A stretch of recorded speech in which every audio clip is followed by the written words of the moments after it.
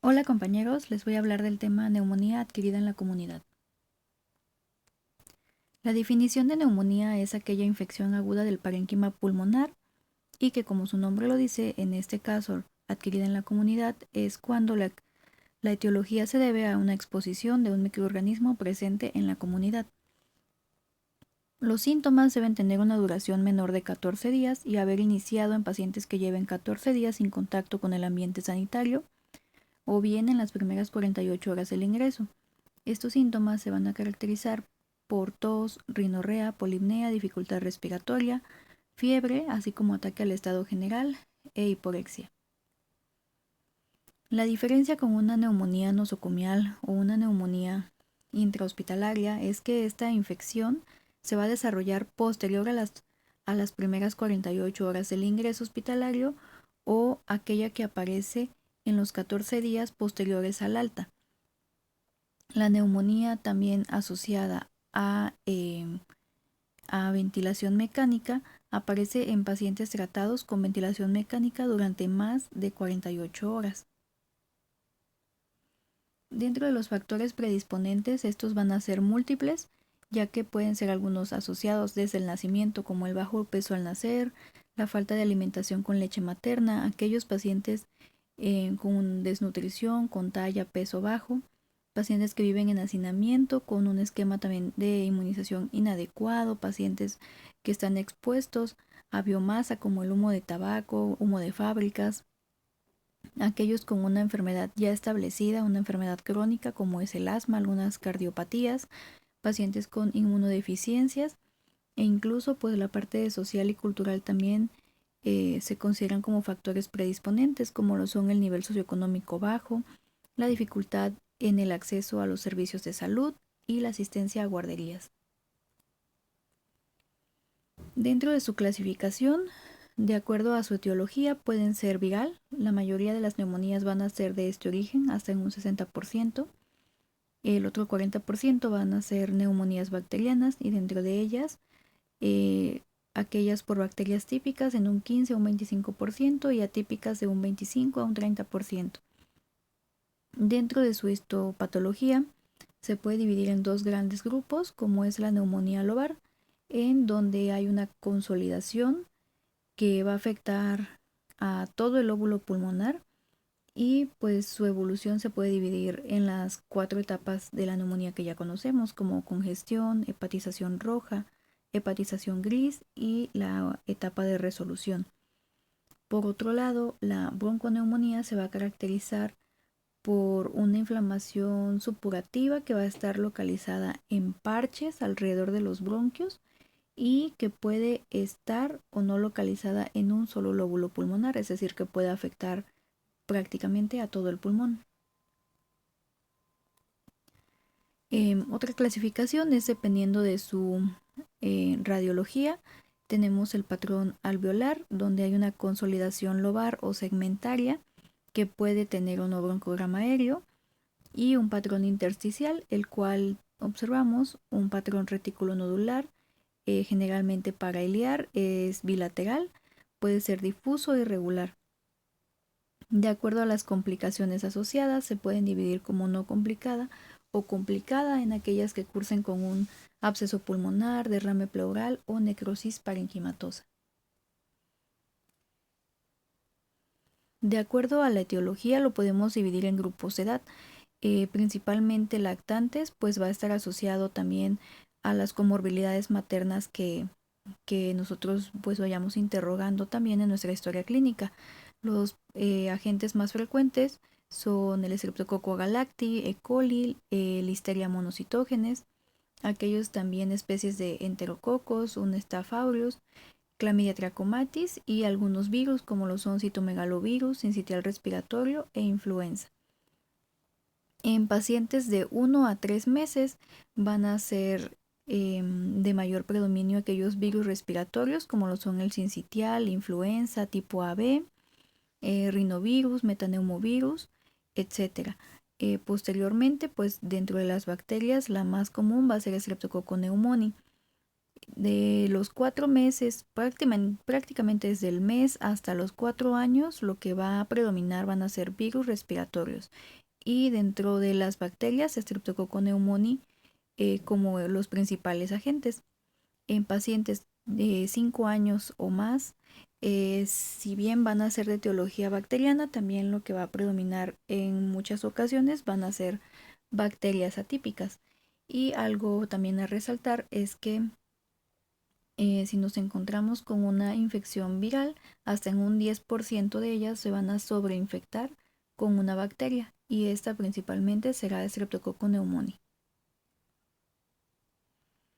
Ahora también tenemos etiología para aquellos pacientes en los cuales hay como circunstancias especiales, es decir, en pacientes que están inmunosuprimidos, en pacientes no vacunados, en pacientes específicos con una patología como lo es anemia de células falciformes, y en pacientes con fibrosis quística.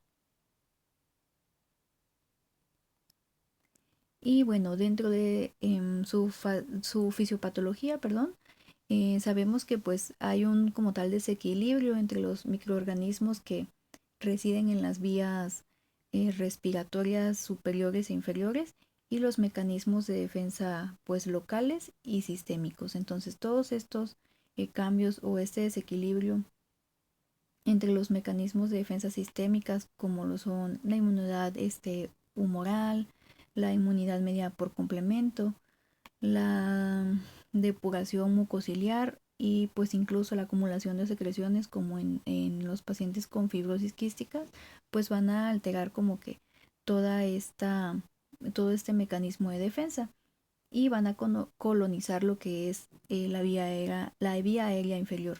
Entonces, una vez que se ha colonizado esta vía aérea, el microorganismo en sí se va a adherir a los bronquios, se va a empezar a multiplicar, y aquí va a empezar como tal el inicio de la cascada inflamatoria alveolar. Los macrófagos pues van a intentar fagocitar todos estos patógenos, pero con ello pues también van a activar moléculas señalizadoras o citocinas, como lo son también interleucinas 1, 6, 8, el factor de necrosis tumoral alfa, que van a reclutar a más células inflamatorias, trayendo o atrayendo consigo también a los neutrófilos al foco justo pues de donde está la infección. Y pues esto a su vez va a causar mayor inflamación del parénquima pulmonar, va va a dificultar la permeabilidad de los capilares que recubren el parénquima, y va a provocar en un inicio una congestión exudativa, y pues como tal esta es la patogénesis de la neumonía. Dentro de sus etapas, o bueno, dentro de sus fases, va a estar caracterizada por 4. La primera de ellas, que es la congestión, que es la etapa donde va a haber como esta acumulación de líquido alveolar, que va a ser que donde va a predominar sobre todo aquel microorganismo causante de la infección. Va a haber una congestión, ingurgitación vascular, el tejido pulmonar se observa como de un aspecto denso, de un aspecto pastoso, y como podemos observar en esta etapa hay escasos glóbulos rojos, escasos neutrófilos. Para la parte, bueno, esto es en los primeros 2 días. Posteriormente, el día 3 a 4, estamos ante una hepatización roja, donde se observa una infiltración ya mayor de los glóbulos rojos, de los neutrófilos, y también aquí ya empezamos a ver que hay fibrina dentro del líquido alveolar. Si pudiéramos ver macroscópicamente a los pulmones, se verían como rojos, muy similares al hígado, y por eso es el término también de hepatización. Posteriormente, los días 5 a 7, tenemos la fase de una hepatización gris, donde estos glóbulos rojos se empiezan a alisar, se empiezan a descomponer, y aquí también vamos a tener exudados fibrinopurulentos que van a provocar justamente esa transformación de color rojo a color gris. Y por último, la etapa de resolución, que esa va a ser a partir del día 8 o a partir de una semana, donde se va a caracterizar por ya empezar a eliminar todos esos exudados por parte de los macrófagos.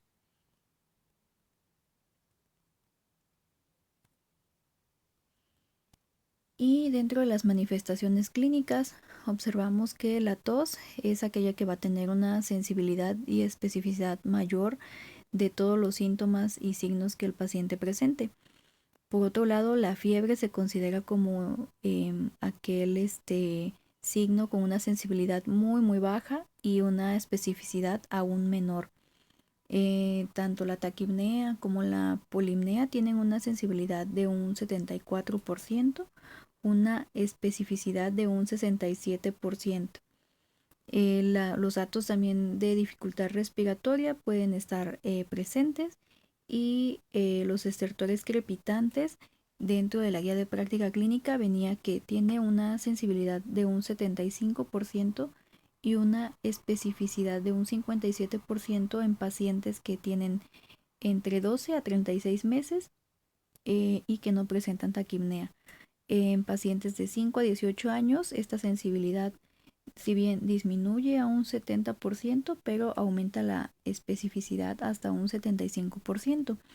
También podemos encontrar sibilancias subcrepitantes, que eso más que nada indica compromiso bronquial y nos orienta hacia un origen vírico o a la presencia de bacterias atípicas. Ahora también los signos de dificultad respiratoria o como criterios de gravedad que debemos de tener a consideración son la taquipnea. Esto recordar que pues en el paciente pediátrico va a depender de la edad de los pacientes y aquí podemos ver edad de 0 a 2 meses, mayor de 60 respiraciones por minuto, hasta pacientes de edad mayor a 5 años, que lo normal ya sería encontrar respiraciones mayor a 20. Dentro de otros criterios, la disnea, la retracción suprasternal, intercostal o subcostal, estridor, aleteo nasal, apnea, pacientes también que presentan alteraciones del estado mental, si bien no es un signo directo de dificultad respiratoria, pero hay que tenerlo también en consideración y aquella oximetría de pulso menor a 92% sin la necesidad de aire ambiente.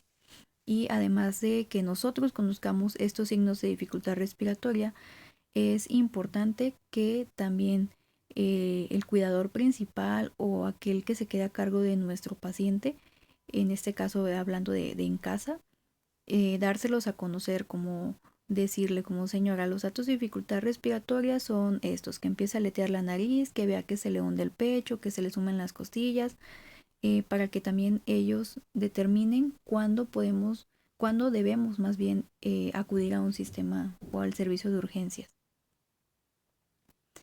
Ahora, dentro de la neumonía, pues vamos a integrar un síndrome que es el síndrome de condensación. Si bien no es específico de neumonía, podemos encontrar también otras alteraciones como lo son el infarto pulmonar o el absceso pulmonar, que bueno, también van de la mano con la neumonía.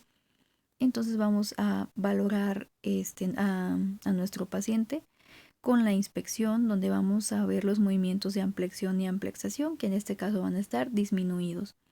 A la palpación, una vez que nosotros palpamos, vamos a encontrar aumento de la transmisión de las vibraciones vocales.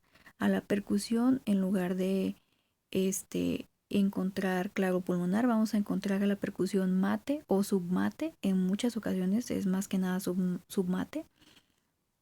Y a la auscultación, como ya vimos, estertores crepitantes. En algunas bibliografías también nos habla de un soplo tubárico. Y esto hay que tenerlo en consideración, pues para empezar a hacer nuestro diagnóstico y diagnósticos diferenciales que podemos tener dentro de esta patología, como también complicaciones asociadas a. Dentro de los síndromes extrarrespiratorios o manifestaciones que podemos encontrar, podemos observar síndrome doloroso abdominal y pues esto puede ser también secundario a el uso de los músculos a la hora de estar mucho tiempo o con exacerbaciones de tos. También podemos encontrar cefalea, náusea, vómito y esto también considerarlo pues que son más que nada manifestaciones asociadas a los factores de riesgo que encontramos para una neumonía grave. Si bien ya vimos los criterios de gravedad, también tenemos otros factores de riesgo asociados, como lo son ya enfermedades neurológicas de base, aquellos niños con, por ejemplo, parálisis cerebral infantil, pacientes con enfermedad renal crónica o enfermedad hepática ya crónica, pacientes cardiópatas, pacientes con alguna inmunosupresión. Ellos tienen como mayor morbimortalidad ante una neumonía. Los criterios de ingreso a hospitalización van a ser muy específicos. Vamos a tener signos de enfermedad grave como la cianosis, saturación menor al 92%, pacientes que presenten dificultad respiratoria, signos de deshidratación, un paciente que tenga un aspecto tóxico, séptico, que presente también otras manifestaciones asociadas como convulsiones o que tengan alguna enfermedad ya de base como ya vimos anteriormente. Aquellos pacientes que tengan también complicaciones pulmonares en quienes sospechemos de absceso pulmonar o derrame pleural, ellos. También otra parte es la imposibilidad de administrar algún tratamiento por vía oral, como son los vómitos, la falta del cumplimiento por algún tema social o de los familiares, o que el familiar no sea confiable, que no haya respuesta al tratamiento antibiótico que nosotros mandamos de forma ambulatoria en las primeras 48 horas del tratamiento. Y aquellos pacientes menor de 6 meses, todos ellos necesitan ser hospitalizados. También tenemos criterios de ingreso a la terapia intensiva, como son pacientes pues en estado de choque, que tengan una dificultad respiratoria ya grave, que tengan apneas frecuentes, una hipoxemia a pesar de tener manejo con un FIO2 al 50%, necesidad de FIO2 de más del 50% para justamente mantener esta saturación por arriba de 92. En pacientes con hipercapnia, es decir, una PCO2 de mayor o igual a 65 o 70, alteraciones que sean metabólicas graves y afectación también del nivel de conciencia. Podemos clasificar a la neumonía también como leve a grave. El término de moderada en los últimos artículos ya no se menciona, es neumonía leve o neumonía grave. Y como podemos observar, son diversos los criterios que nos lo van a clasificar. Dentro de ellos, pues la temperatura, sobre todo en la parte ventilatoria, los datos de dificultad respiratoria específicos, cianosis, la alteración también del estado mental, el nivel de oxemia, la tolerancia a la vía oral, la frecuencia cardíaca y el llenado capilar. En los exámenes complementarios vamos a tener el hemograma, que pues en él podemos observar una leucocitosis o una leucopenia en algunas ocasiones. Y sobre todo cuando nos hablan de una etiología bacteriana vamos a encontrar neutrofilia, y por otro lado en las neumonías de etiología viral podemos encontrar linfocitosis o linfopenia. Otros marcadores también como los reactantes de fase aguda nos van a ayudar a diferenciar sobre la etiología de la enfermedad, si bien no son marcadores específicos, sobre todo la PCR. En la procalcitonina sí en algunos artículos mencionan valores específicos como mayor a 2 nanogramos sobre decilitro, que nos habla de una etiología bacteriana. En los electrolitos séricos podemos encontrar también hiponatremia hasta en un tercio de los pacientes hospitalizados. Y el diagnóstico de una neumonía pues va a ser totalmente clínico. Como ya vimos, integrar el síndrome pleuropulmonar de condensación pues es importante para hacer también nuestros diagnósticos diferenciales. En el diagnóstico microbiológico tenemos pruebas ya que son muy específicas, que se deben de reservar para niños cuya neumonía curse con bacteriemia o con pacientes con complicaciones o pacientes con, no sé, inmunodeprimidos o con un tratamiento inmunosupresor, o en una neumonía pues grave, o que la neumonía sea de evolución tórpida, o que estemos ante un brote epidémico, por ejemplo. Dentro de estas pruebas pues vamos a tener la detección de antígenos virales en aspirado nasofaringio y técnicas de PCR para virus, hemocultivos, serologías, aspirado traqueal, tinción de grama y cultivo de esputo, microscopía directa y cultivo de líquido pleural. Esto pues también con la finalidad de disminuir las otras pruebas adicionales o pruebas complementarias y también usar de forma racional los antibióticos y pues sobre todo tener como que esta parte de el tratamiento específico y enfocado hacia el microorganismo que tenemos aislado. En las indicaciones de estudio de gabinete y cuáles son su utilidad, el principal estudio a solicitar pues es una radiografía de tórax y aún así tenemos también indicaciones muy específicas para solicitar la radiografía de tórax, sobre todo en aquellos pacientes que no han mejorado tras 48 horas de tratamiento y pues es para descartar complicaciones. El ultrasonido de tórax pues es como tal el gol estándar para el diagnóstico de derrame pleural y la tomografía cuando sospechamos de complicaciones o por ejemplo tenemos pacientes con neumonías recurrentes para descartar también otros posibles diagnósticos diferenciales. Dentro de los patrones radiológicos, como ya vimos, van a ser el alveolar y el intersticial. Entonces, alveolar es la parte de consolidación. Si bien en algunas bibliografías lo asocian más a una etiología bacteriana, pues no siempre va a ser el caso. Por otro lado, el patrón intersticial es un patrón reticulonodular, que puede estar presente también de forma bilateral, puede tener algún predominio de algún pulmón o de algún lóbulo en específico y generalmente se asocia también a neumonías de etiología viral o neumonías por microorganismos atípicos. Ahora, el broncograma aéreo, su definición es, como tal, es un signo radiológico donde los bronquios que están llenos de aire se van a hacer visibles porque van a estar dentro de una zona del pulmón que se ha consolidado, es decir, que va a aparecer como una estructura tubular, una estructura ramificada que va a estar radiolúcida, va a ser oscura, es decir, que va a estar llena de aire y va a ser el contraste con un área circundante que es más, más densa y radiopaca en nuestra radiografía. Es decir, que esta imagen que lo rodea va a estar llena de líquido, de algún material inflamatorio, incluso en pacientes también que sospechamos de algún tipo de tumoración podemos encontrar broncograma aéreo. Y por ejemplo, es un paciente que presentaba una neumonía viral por un virus sincitial respiratorio, donde podemos observar que hay un patrón reticulonodular grueso, no hay tendencia como tal a la consolidación y pues la demás parte pues del parénquima pulmonar solo nos evidencia pues es un patrón reticular y nodular grueso. ¿Y cuándo vamos a realizar una radiografía de tórax en un paciente con neumonía? Como tal, en un niño previamente sano con una buena evolución clínica no se recomienda una radiografía de tórax como de control y bueno, solamente en pacientes que tienen como que no tengan mejoría o que tengan incluso deterioro clínico en las 48 o 72 horas de iniciar el tratamiento ya específico o tratamiento antibiótico, podemos realizar en ellos una nueva radiografía de tórax, sobre todo también para eh, descartar algunas complicaciones. ¿Y en cuánto tiempo se va a dar la resolución de esta neumonía?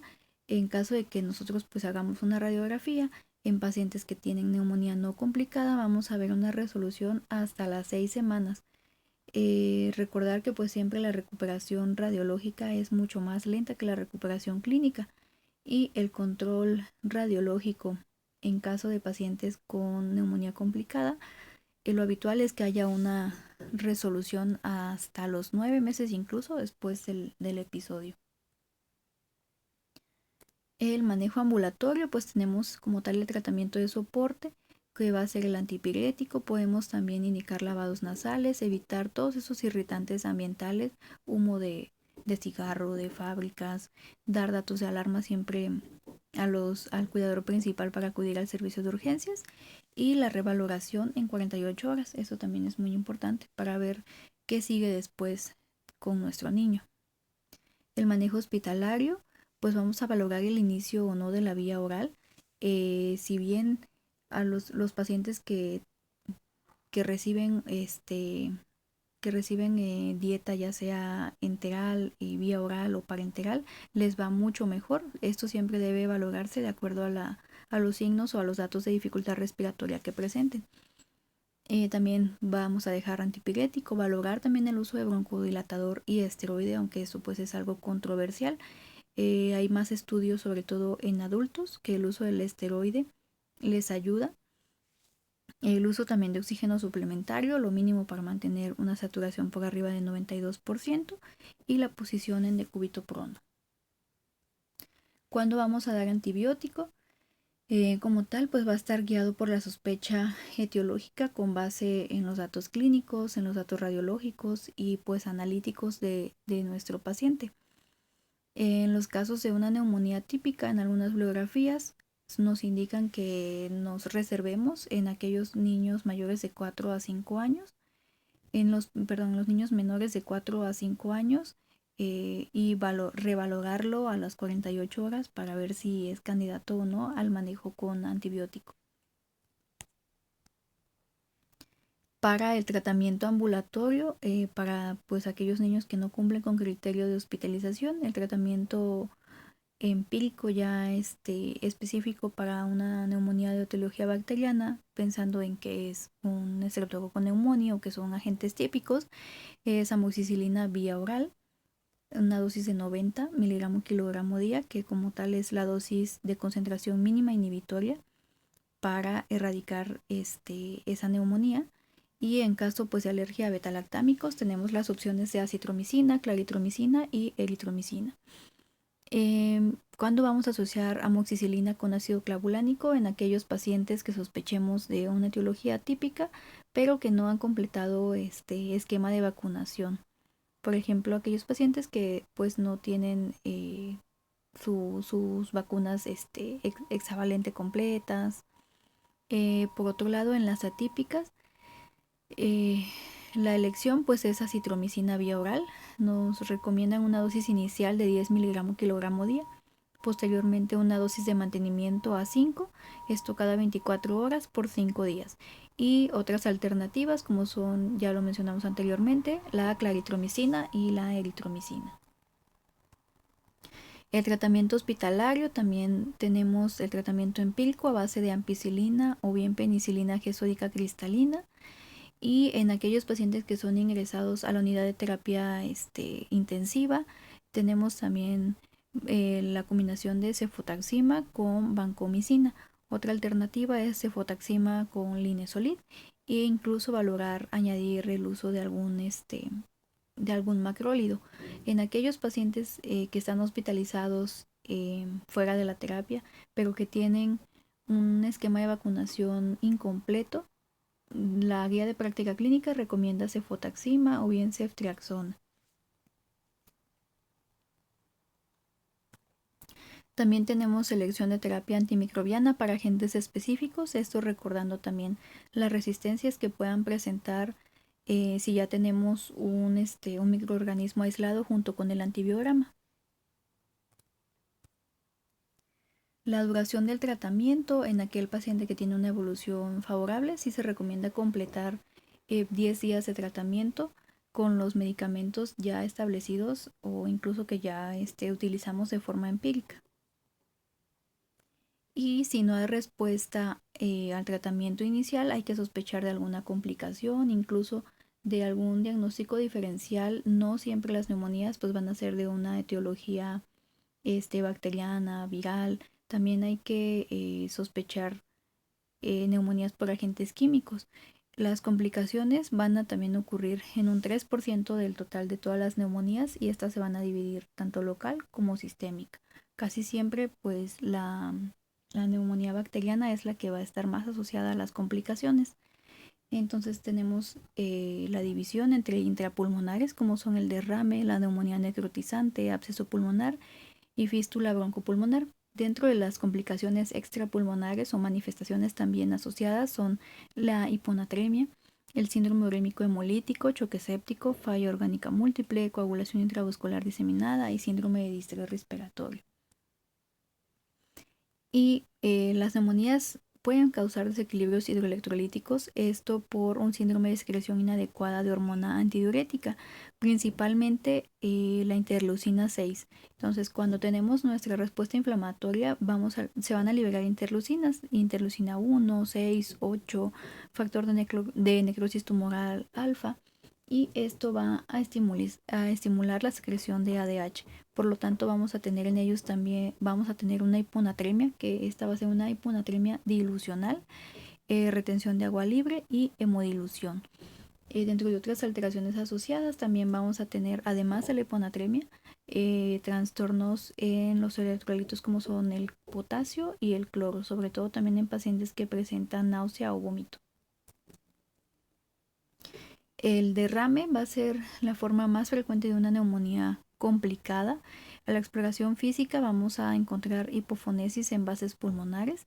El diagnóstico, como tal, como lo vimos ya, el gol estándar es por ecografía, y el derrame puede dividirse como simple cuando no hay septos en la ecografía y complicado cuando tenemos septos libres o tabiques, y se va a presentar o se va a desarrollar hasta en un 20 a 40% de las neumonías adquiridas en la comunidad. Dentro de los exámenes de líquido de derrame pleural podemos tener citológico citoquímico, cultivo, tinción de Gram. En estos exámenes pues siempre se van a realizar cuando se obtenga una muestra de líquido pleural, y sobre todo pues para la detección también de patógenos en el líquido pleural, y que que esta detección pueda ser útil para orientar el tratamiento. Nos habla también de que análisis de los parámetros como el pH, glucosa, proteínas, LDH, si bien los criterios de la EXI nos pueden orientar hacia un exudado trasudado, no se recomienda siempre realizarlo, ya que no va a cambiar el tratamiento. Y lo que sí se recomienda es un análisis del recuento de los glóbulos blancos, sobre todo con diferencial celular, para ayudar a diferenciar etiologías bacterianas e incluso pues de malignidad. El drenaje. En aquellos, cuando pacientes con derrame pleural, los factores determinantes para saber si vamos a drenar o no es el tamaño menor o igual a 10 milímetros o mayor a 10 milímetros. En los menores a 10 podemos iniciar tratamiento con dexametasona y continuar con ese tratamiento conservador. En aquellos pacientes con un derrame mayor a 10 milímetros, vamos a preguntarnos inicialmente si hay presencia de septos o si hay tabiques.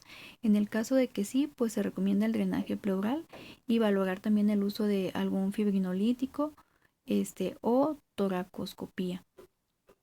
En el caso de que no, otro factor determinante es la dificultad respiratoria, ya que si nuestro paciente presenta datos de dificultad respiratoria, pues se debe valorar el drenaje pleural. En el caso de que no presenten datos de dificultad, se va a valorar una toracocentesis diagnóstica versus el tratamiento conservador. Y aquí tenemos también otros criterios para la toracocentesis, o más bien las indicaciones del drenaje. Podemos ver que lo podemos dividir como un derrame escaso, que ya vimos que es menor a 10, o que ocupe radiológicamente menos de una cuarta parte del hemitórax. La posibilidad de que se cure es muy alta, y como tal no hay necesidad de la colocación del sello de agua o del uso de fibrinolíticos. En el moderado, que es mayor a 10 milímetros, o una posibilidad de más de la mitad del hemitórax, la posibilidad de curación es moderada a escasa, y la colocación del sello de agua no se recomienda si el paciente no tiene síntomas respiratorios como tal. Y pues lo parte también del uso de fibrinolíticos no se recomienda.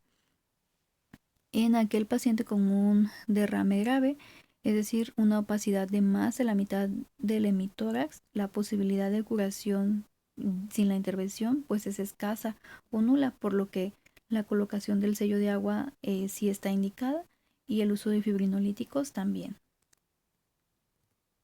Y bueno, los criterios radiológicos, que también son pues los mismos.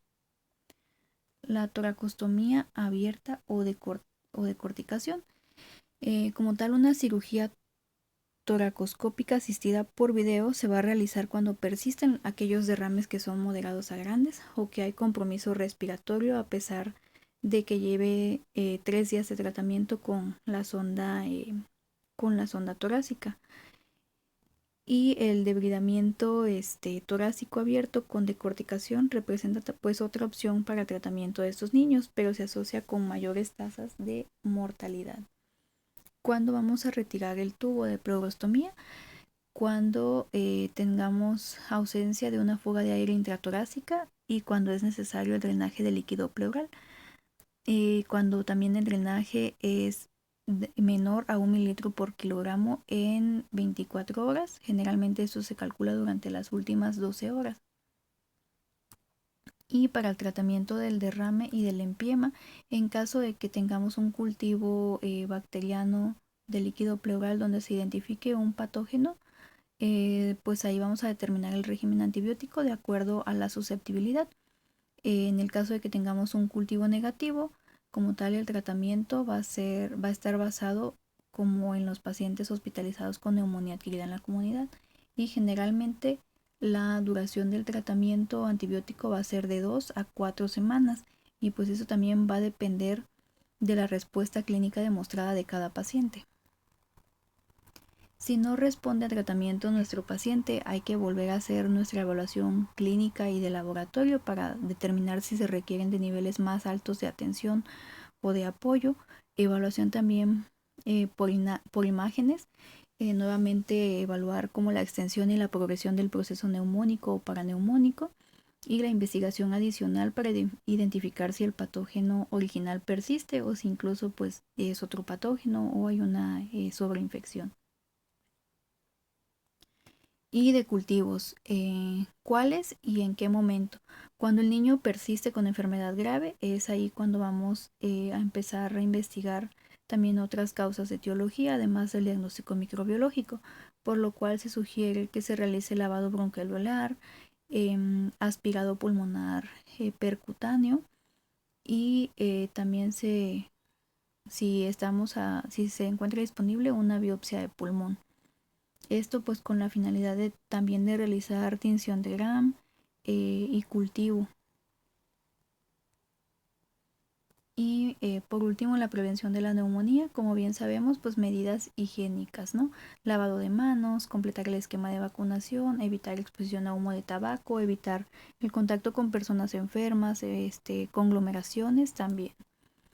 ¿Qué vacunas nos protegen contra la neumonía? Pues tenemos la vacuna hexavalente, la vacuna también contra influenza y la vacuna neumocócica conjugada. ¿En qué momento se van a aplicar?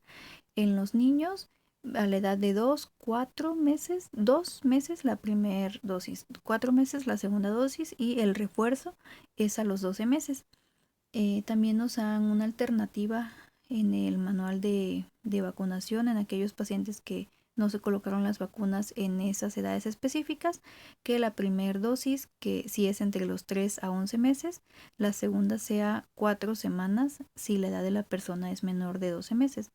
Entonces ya son esquemas también los de abajo más específicos si es que no completamos el esquema de vacunación adecuadamente. Y aquí en México las vacunas disponibles que tenemos es la de polisacáridos 13 valente y también la que incluye solamente 10 serotipos. Y bueno, eso sería todo de mi parte. Muchas gracias.